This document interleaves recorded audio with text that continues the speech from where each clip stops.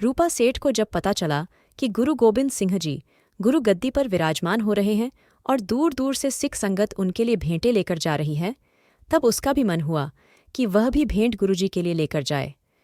उसने बहुत सारे सुंदर हीरे मोतियों के हार बनवाए और गुरु साहिब के माप की 2 जड़ाऊ कंगनों की जोड़ी बनवाई। लेकिन कुछ मजबूरी हो जाने के कारण जब वह आनंदपुर न जा सका, तब उसने वह भेंटें वहां के मसंद भाई दुलचे के हाथ भेज दी। भाई दुलचे का मन बेईमान हो गया। उसने कंगनों की जोड़ी अपनी पगड़ी में छुपा कर रख ली और हीरे मोतियों का हार गुरुजी को भेंट कर दिया। गुरुजी तो अंतर्यामी थे। उनको भाई दुलचे की चालाकी का पता चल गया। जब अगले दिन दरबार लगा और गुरुजी तख्त पर विराजमान हुए तो उन्होंने कहा कि भाई दुलचा कहाँ है। भाई दुलचा तुरंत उठकर गुरुजी के सामने आ गए। गुरुजी ने उसको कहा, भाई दुलचा, आप मेरे लिए कौन सी भेंट लेकर आए हैं? भाई दुलचे ने कहा, महाराज, मैं तो जो कुछ लाया था कल आपके आगे भेंट कर चुका हूं। गुरुजी ने फिर कहा, अच्छी तरह याद कर लो, कोई चीज रह तो नहीं गई? किसी प्रेमी ने सौगात भेजी हो और आप भेंट करना भूल गए हो।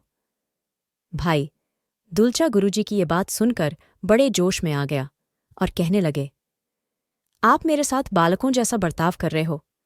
मैं पिछले 50 सालों से गुरु घर की सेवा कर रहा हूं और आप मेरे पर शक कर रहे हो, भरे दरबार में मेरी इज्जत पर हाथ डाल रहे हो। गुरुजी मुस्कुराए और कहा, जरा मेरे नजदीक आओ।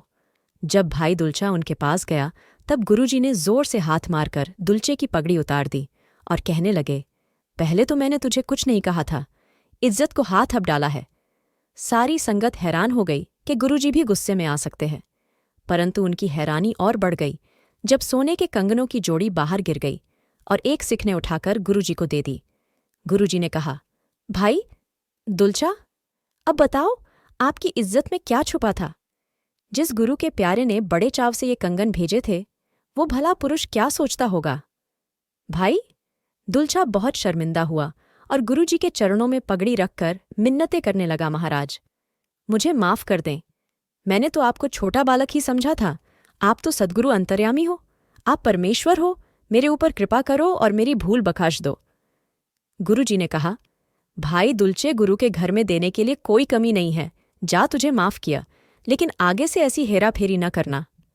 भाई दुलचा बहुत खुश हुआ।